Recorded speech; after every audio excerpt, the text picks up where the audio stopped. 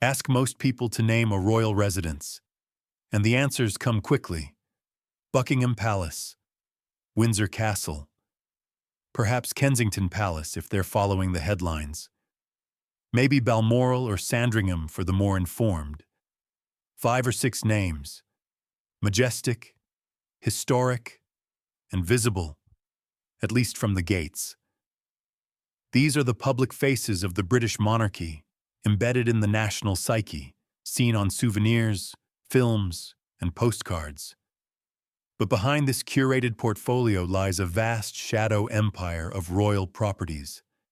Not 5, not 10, but over 30 residences, estates, and holdings. Many unknown to the public. Some so secretive they don't appear on official maps. From sprawling Scottish highlands to secluded country estates in Norfolk, these properties form a web of inherited privilege, concealed behind centuries of royal protocol and modern public relations. This isn't just real estate. It's power. It's legacy. And it's hidden for a reason. Before we dive deeper into the secret empire, the Windsors don't want you to see. Take a second to subscribe to the channel, especially if you want more stories like this that expose what powerful institutions would rather stay buried. Comment below and tell us where you're watching from and what time it is right now in your part of the world. And if this mystery grabs you already, share the video with a friend and let them know. The royal mansions you're about to discover aren't just lavish. They're hidden for a reason. Welcome to a truth the palace rarely acknowledges. The British royal family controls a land and property portfolio worth billions, and much of it is cloaked in deliberate mystery. Why the secrecy? Because transparency invites questions. Questions about ownership, about funding, about necessity. In an era of spiraling rents, crumbling public infrastructure, and housing insecurity, the idea of one family holding more residences than most towns begins to raise eyebrows. And when the funding of these estates is filtered through a confusing mix of private incomes and public money, the issue becomes more than symbolic. It becomes political. It becomes moral. Take Sandringham House, an estate that appears innocent enough. Every December, the British press features the same scene: the royal family walking to Christmas church service, dressed in tweeds and smiles. The moment is designed to feel familiar. A family gathering for the holidays. Nothing to see here. But behind those fleeting photo ops lies something extraordinary. A private estate spanning 20,000 acres, home to over 270 rooms, with origins that stretch back to 1862. Purchased by Edward VII when he was still Prince of Wales. Sandringham has become the Windsors' Christmas kingdom. The public sees the facade. The reality is far more complex. The house itself is imposing, yet cozy by royal standards. Built in Jacobean Revival style, its red brick charm masks a labyrinthine interior filled with drawing rooms, libraries, and bedrooms, many untouched for decades. Only the ground floor and gardens are open to visitors, and only during carefully selected months when the family is away. And the land, it's not just decorative. Sandringham is a working estate, with agriculture, forestry, and game shooting woven into its daily operations. It generates millions annually. But here's the twist. It is not part of the Crown estate.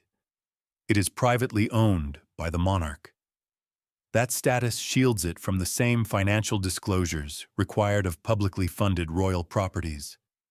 Maintenance costs, income, staffing, all hidden behind a private veil. A £200 million estate that somehow lives outside both public and private accountability.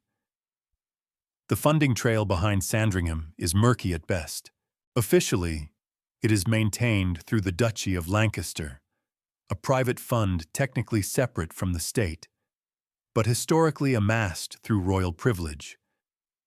This is where things grow uneasy. Because private in royal terms rarely means the same thing as private for anyone else. These aren't entrepreneurial fortunes or inherited businesses.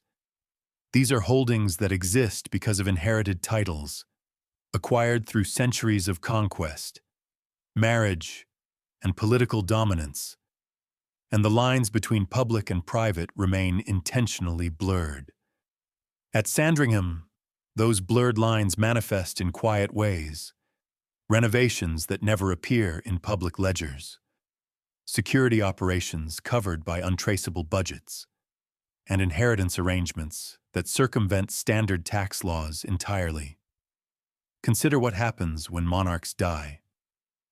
For most Britons, inheritance tax is a fact of life, a 40% levy on estates above a certain threshold. For the Windsors, it's a different story. Under a 1993 agreement with the government, royal property transfers between sovereigns are exempt from inheritance tax. That means when Elizabeth II passed Sandringham to Charles III, not a penny went to the exchequer. The rationale? To prevent the erosion of royal assets.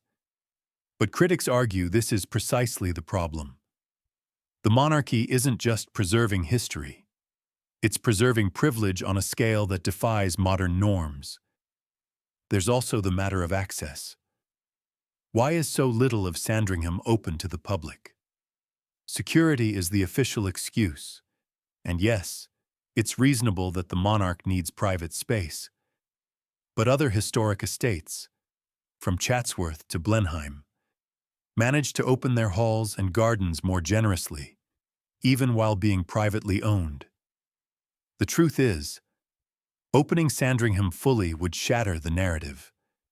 It would force the public to confront just how opulent, how expansive, and how exclusionary royal life truly is.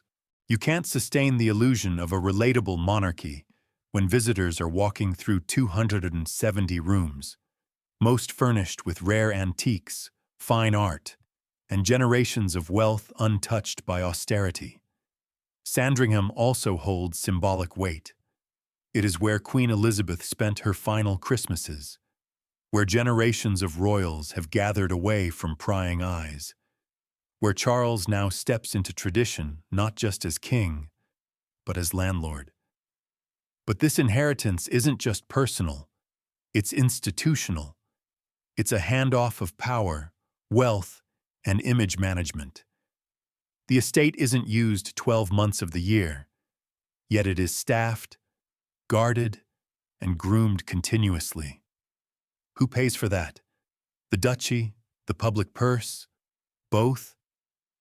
The question lingers unanswered. What's more disturbing is what this estate represents in the wider picture. Sandringham is not an outlier. It is a blueprint. Balmoral, Anmer Hall, Burke Hall, Highgrove. Each carries the same architecture of secrecy, privilege, and narrative control. Each is a fortress dressed as heritage, and each plays a role in shaping the image of a monarchy that presents itself as cost-effective and constitutional, while privately operating as one of the largest real estate dynasties in Europe. And so the image of the royal family strolling to church each Christmas is not just a moment of holiday cheer. It is a performance, carefully staged, deliberately understated.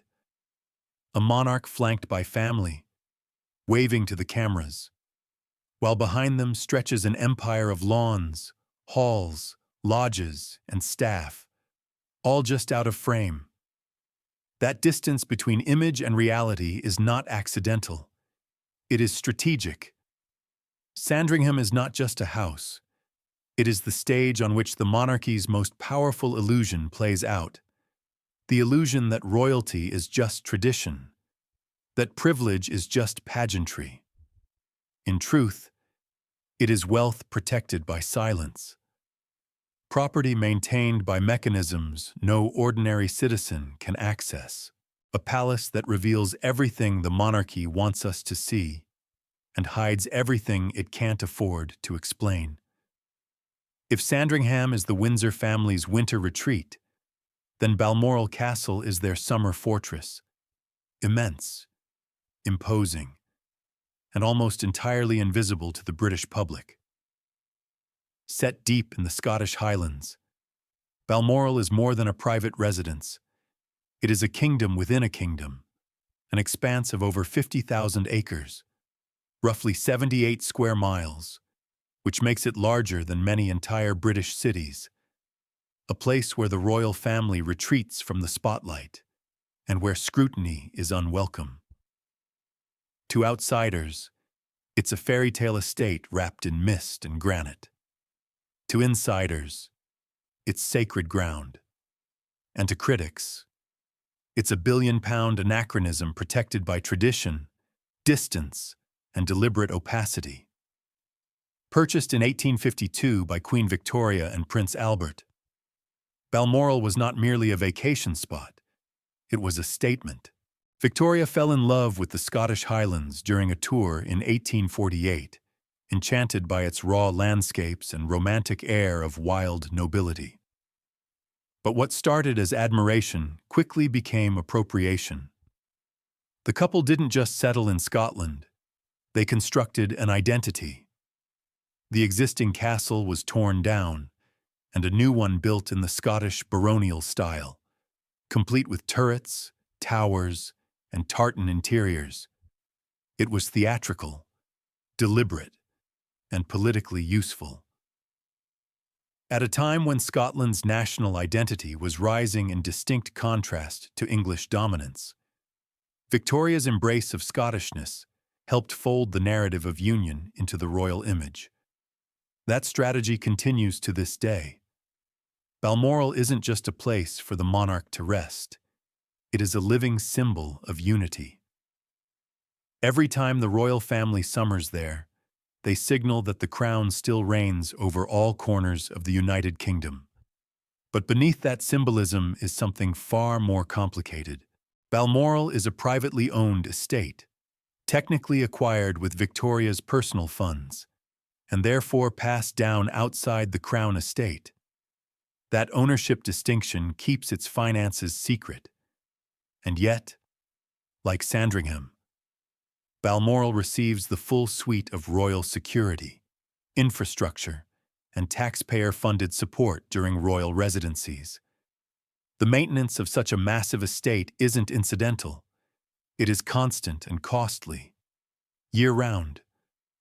Balmoral requires a small army of staff, gardeners, gamekeepers, foresters, housekeepers, farmers, maintenance crews. The estate is an ecosystem unto itself. During royal visits, that number swells with additional security teams, logistical support, and courtiers. The total annual cost runs into the millions. But since Balmoral is private, these expenses are excluded from Crown estate accounts and do not appear in sovereign grant reports. Instead, they vanish into the opaque web of royal finances, some covered by the Duchy of Lancaster, some subsidized through police or local government budgets under the umbrella of national security. The estate is technically open to visitors, but only in the most limited sense. Each year, during the 3 months when the family is not in residence, a small portion of the ballroom and select gardens are open to the public. But don't expect a full tour. There is no access to the main rooms, no visibility into the private residences, and absolutely no photos allowed. Even the roads around Balmoral are monitored during royal stays, and no aerial images or drone footage are permitted. The place vanishes, deliberately, behind the cloak of nature and secrecy. The scale is so vast that even standing at the gates, you can't truly grasp what lies within. The forested buffer, the rivers, the meadows, they keep Balmoral hidden, metaphorically and physically, from the country that funds its function. There is an intimacy to Balmoral that makes it emotionally important to the Windsors. Prince Philip adored the estate, relishing the solitude and sport. Queen Elizabeth II considered it her most personal refuge, famously describing how she could truly relax there, away from protocol. It was at Balmoral that she passed away in 2022, a poetic, if tragic, final affirmation of the castle's role as her spiritual home. But this very intimacy adds to the friction. For while Balmoral is the site of royal emotion, it is also the site of profound public exclusion. The irony is heavy. The Queen died in a place the vast majority of her subjects have never seen and never will. The cultural implications extend beyond privacy. Balmoral plays a role in the ongoing tension surrounding Scottish independence. For some, the estate represents the monarchy's effort to embody Scottishness and forge emotional bonds with the Highlands. For others, it symbolizes precisely what Scotland seeks to reject: a crown with English roots, holding disproportionate land in a country grappling with its national future. The royal family is careful not to comment on politics, but presence is politics. And a 50,000-acre estate in a country debating separation is more than a neutral retreat. It is a stake in the ground, both literally and symbolically. Then there's Charles, who now faces a complex challenge. Unlike his mother, he doesn't share the same affection for Balmoral Castle itself. His preferred residence is Birkhall, a smaller Georgian manor house located within the wider Balmoral estate. With its gentler proportions and secluded charm, Birkhall suits Charles's tastes, especially given his commitment to organic gardening and environmental aesthetics. While the main castle may remain a royal stronghold, it's increasingly possible that future monarchs will minimize their direct use of it, leading to uncomfortable questions. If the monarch doesn't personally use Balmoral, should it continue to be funded, guarded, and maintained at current levels? But selling Balmoral is unthinkable. Politically, such a move would ignite accusations of abandoning Scotland, disrespecting tradition, and monetizing heritage. Personally, it would unravel a web of emotional and historical connections stretching back to Victoria, and practically, it would expose a mountain of uncomfortable truths: ownership structures, financial records, staffing contracts, and security costs currently tucked safely out of sight. The monarchy can't afford that kind of transparency. Not now, possibly not ever.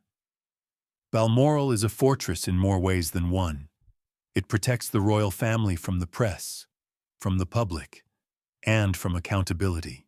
It's a space where decisions are made behind closed doors, where generations of royals have shaped their lives far from the cameras. But that very seclusion is why it invites criticism. Because in a modern democracy, such vast holdings with so little oversight begin to look less like tradition and more like entitlement. The British public accepts the monarchy largely because it remains out of the way, ceremonial, dignified, and uncontroversial. Balmoral complicates that image. It's a stark reminder that the monarchy is not just a collection of people or titles, but a land-owning elite, maintaining private castles on public protection. The very idea that a single family occupies more land than some cities, with minimal access and maximal discretion, is an inheritance from a past Britain that may no longer fit the present. Not all royal properties are celebrated. Some carry shadows so deep that the crown itself seems eager to forget them. A few are known only through scandal, shame, or symbolism too loaded to manage. Two such places, Fort Belvedere and Frogmore Cottage, represent the monarchy's unwanted ghosts, places the family cannot sell, cannot ignore, and certainly cannot explain without revisiting some of their most uncomfortable moments. These estates aren't just buildings, they're open wounds, and they reveal what happens when real estate collides with royalty's most fragile narratives.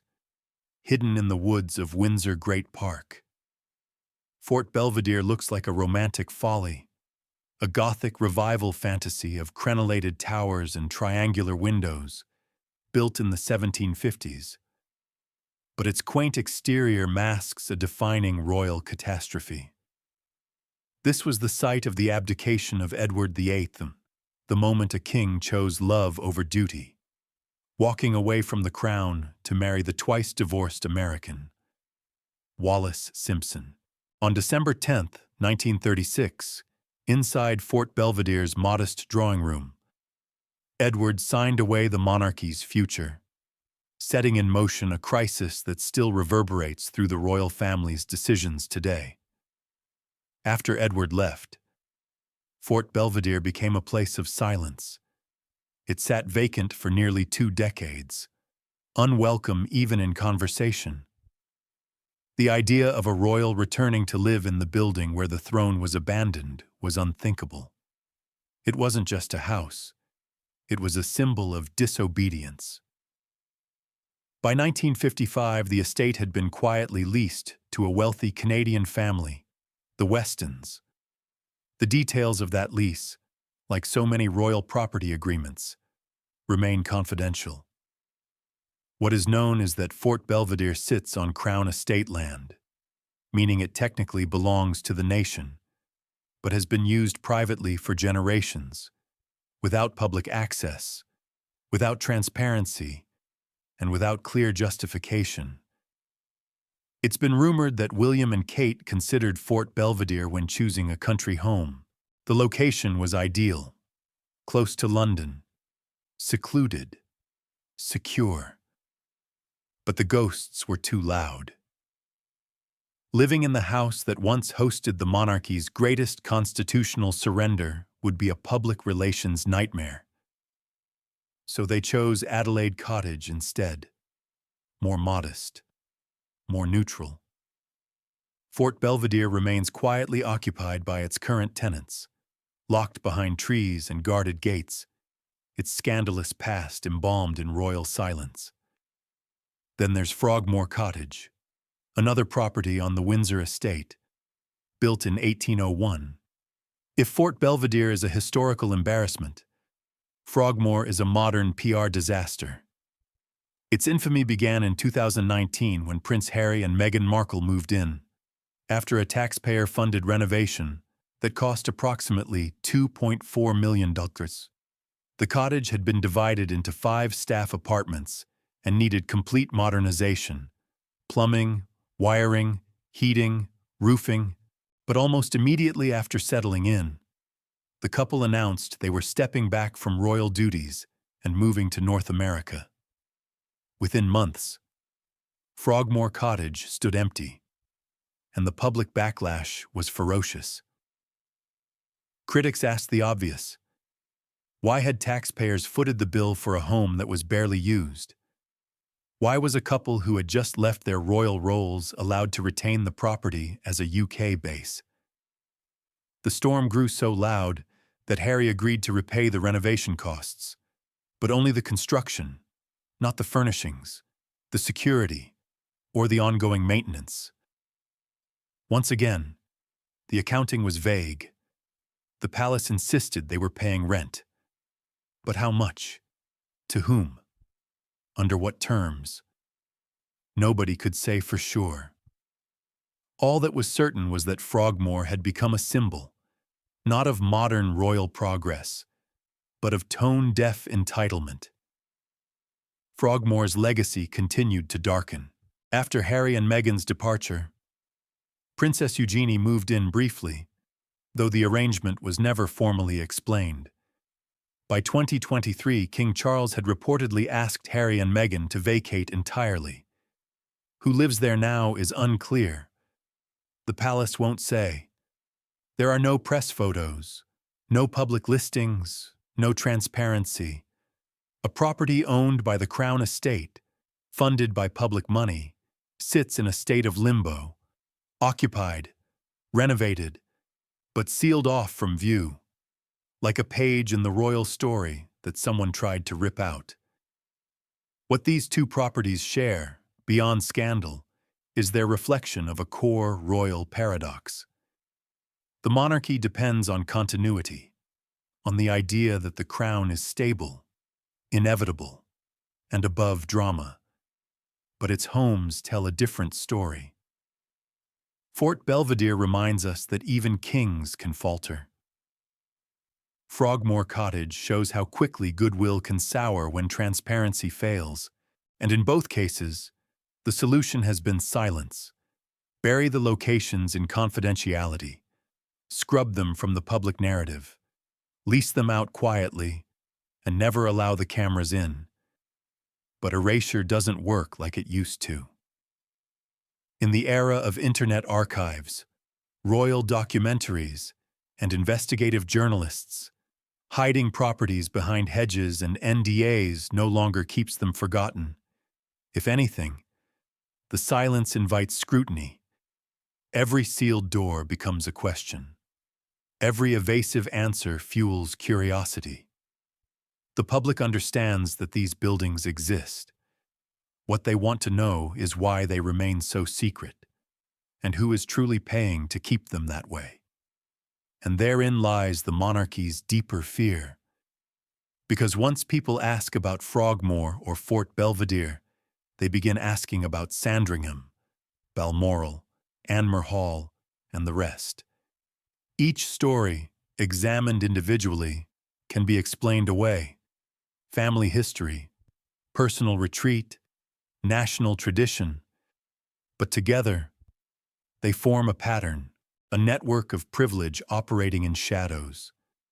A royal reality far removed from the carefully managed image of duty and sacrifice.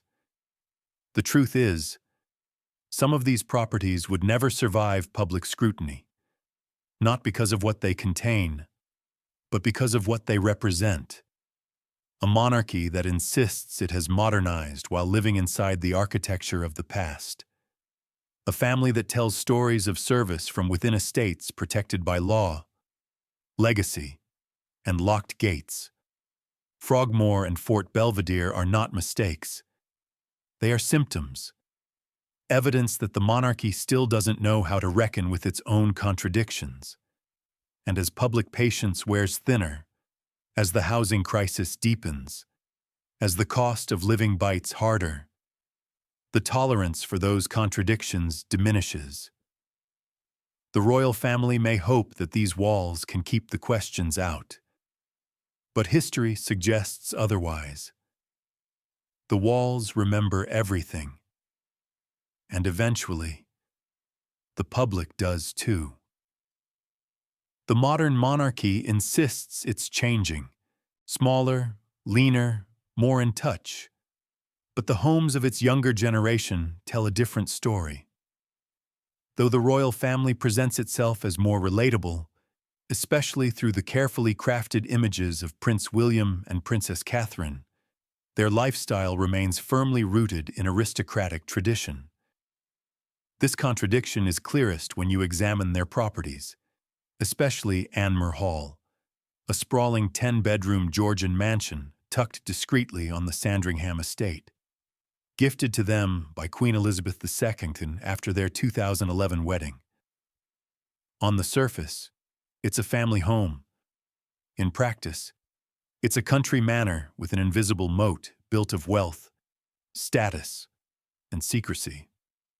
When William and Catherine moved into Anmer Hall in 2015, the building underwent a major renovation, reportedly costing between $1.5 million and $3 million, funded through the Duchy of Cornwall.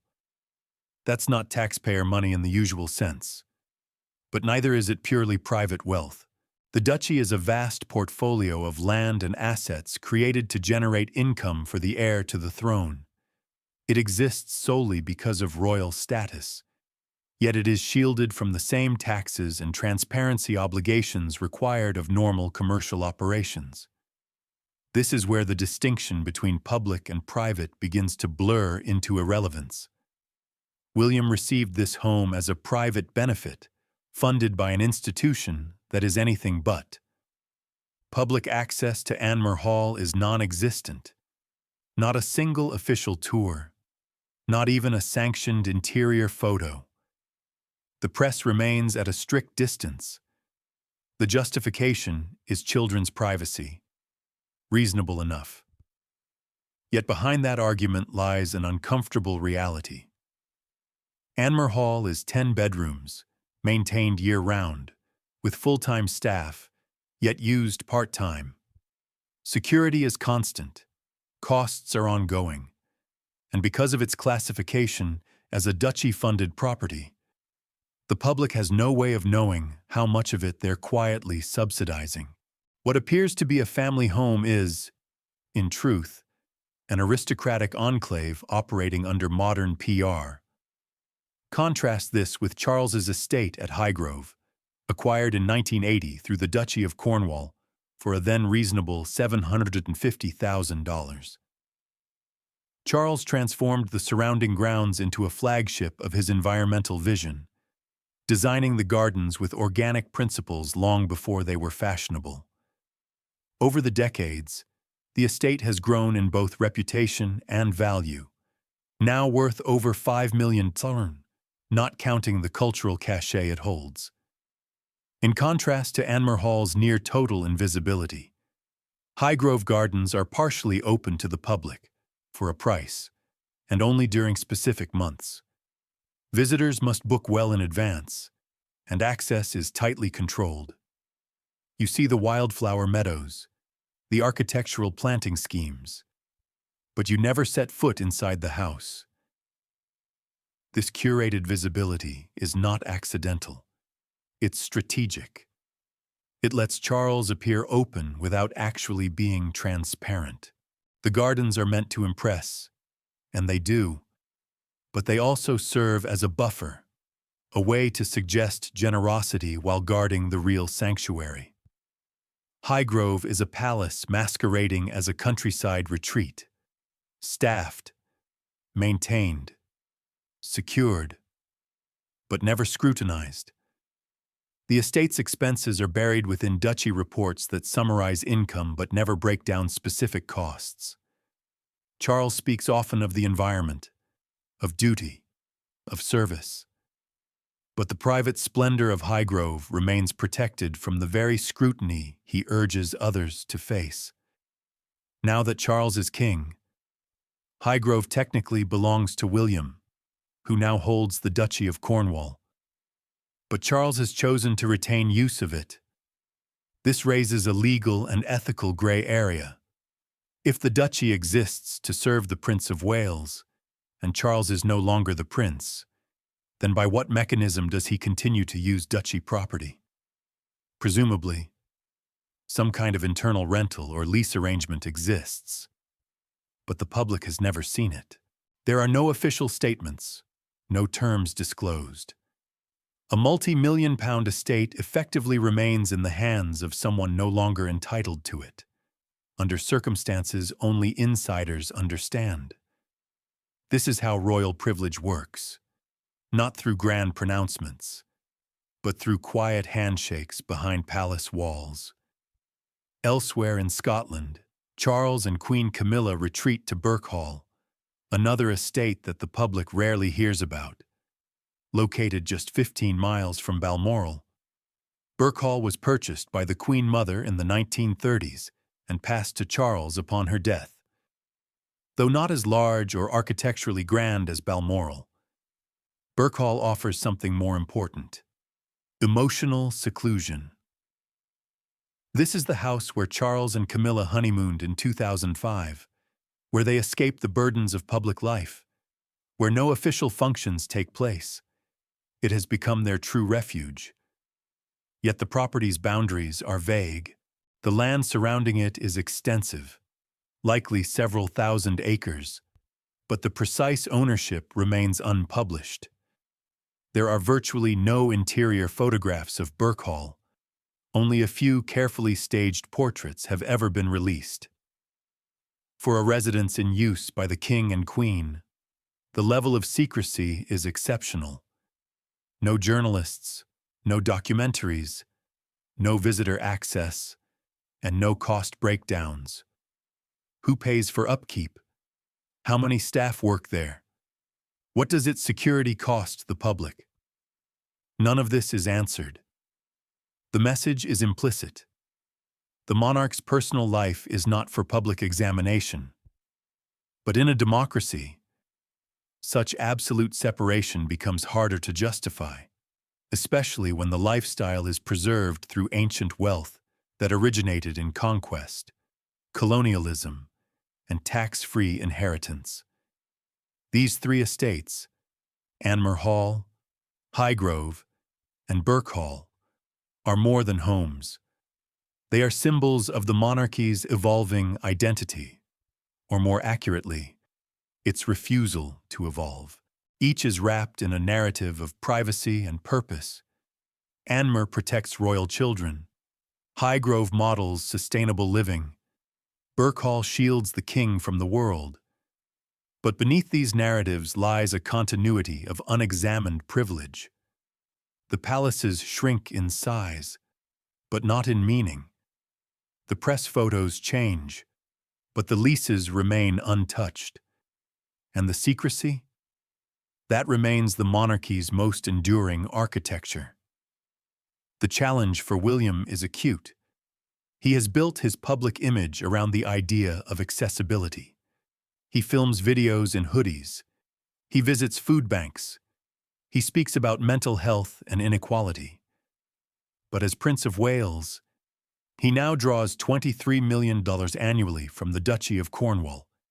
He lives at Kensington Palace, uses Anmer Hall as his country home, and will one day inherit Sandringham, Balmoral, and more. How does a man whose brand is normality reconcile with such extraordinary wealth?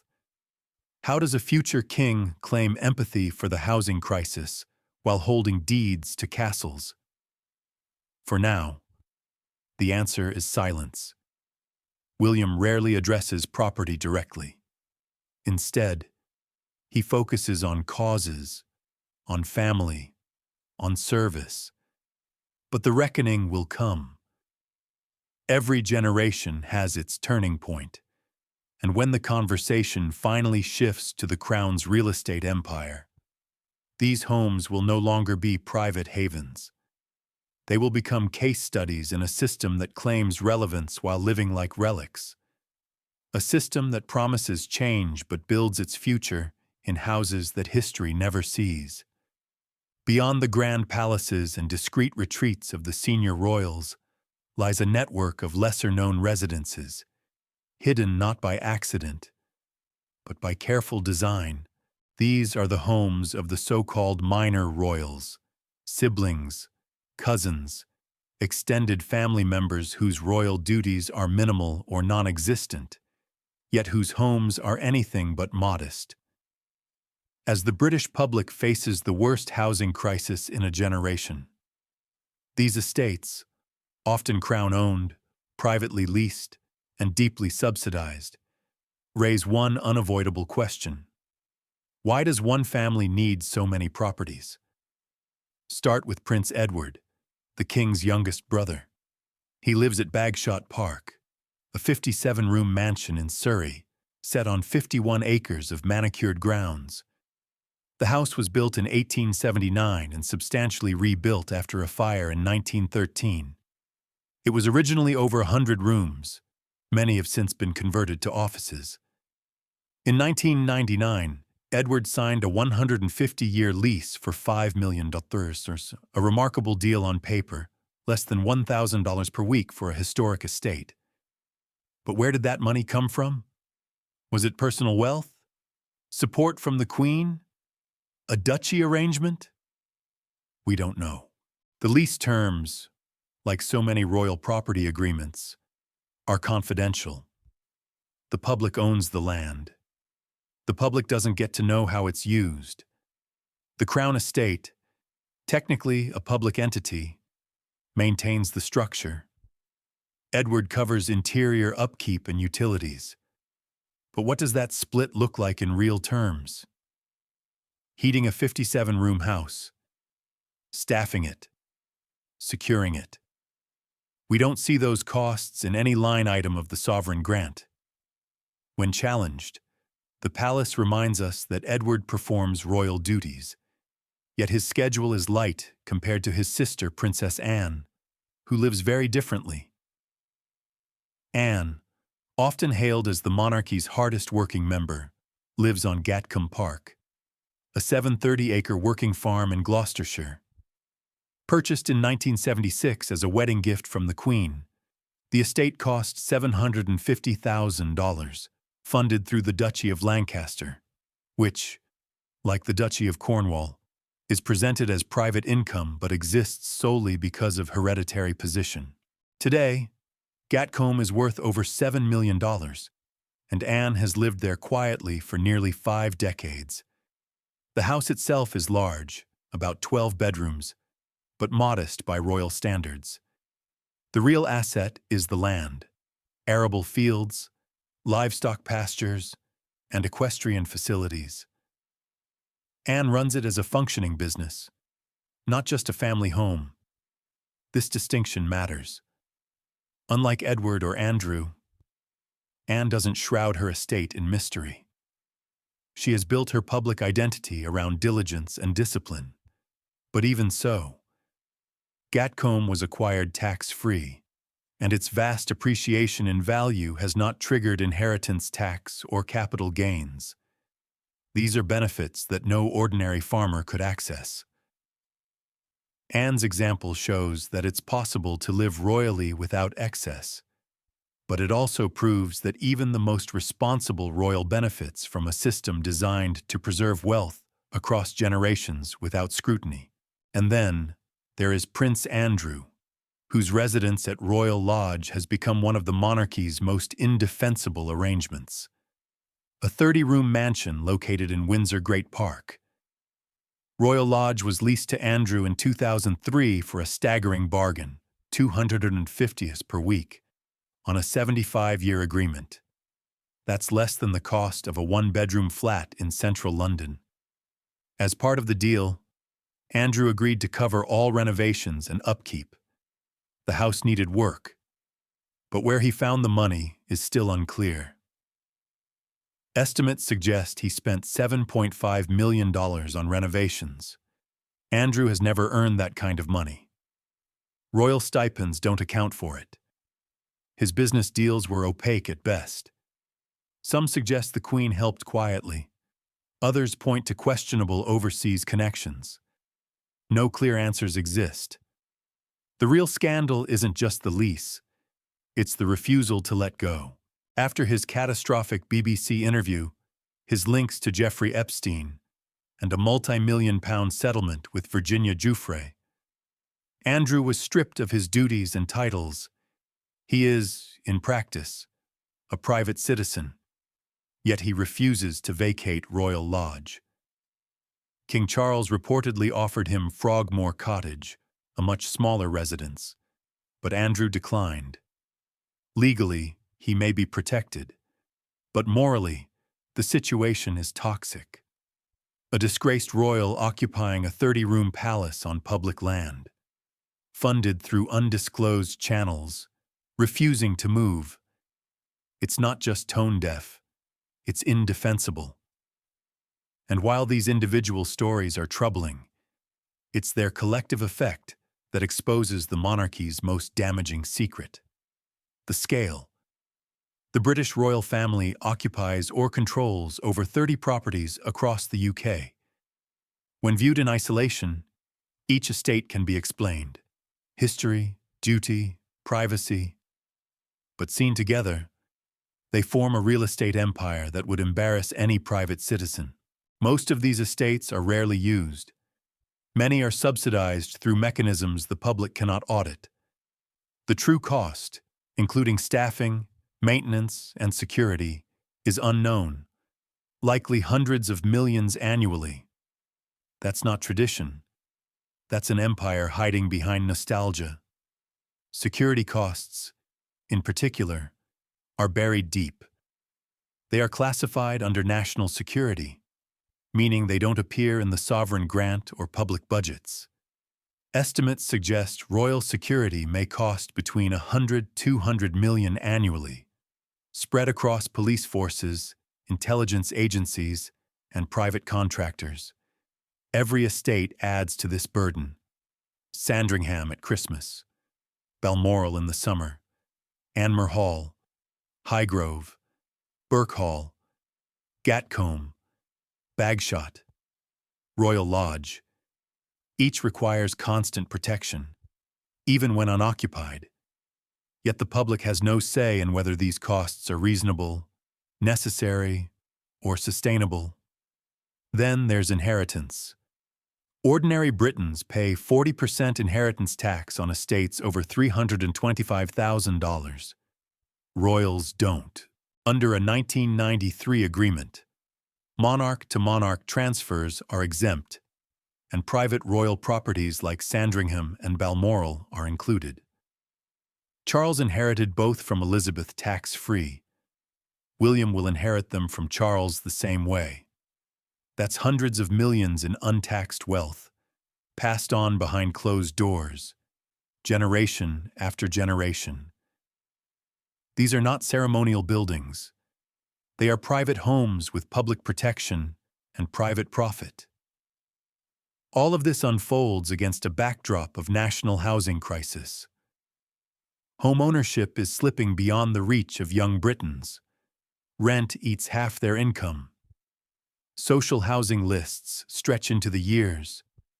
Nurses use food banks. Teachers take second jobs. And while millions struggle to afford a single home, the royal family maintains dozens. The optics are no longer just uncomfortable. They are politically radioactive. The monarchy has survived wars, scandals, divorces. But the thing that may ultimately undo it is not some explosive controversy, but slow-burning, structural inequality.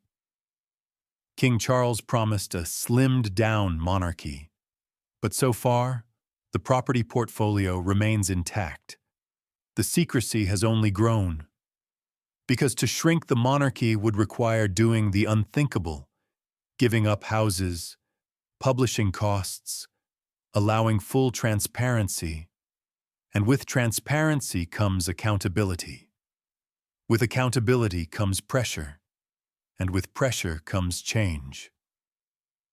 The kind the monarchy may not survive. The public has tolerated royal privilege for centuries, on the assumption that it came with service, with symbolism, with a sense of national cohesion. But when privilege becomes obscene, when estates lie empty while families sleep in shelters, the foundation begins to crack. If every royal property were listed tomorrow with full costs, full access, and full transparency, the conversation would change. We'd no longer ask, should we have a monarchy? We'd ask, can we afford it? And behind that question lies another, more dangerous one. Should we want it?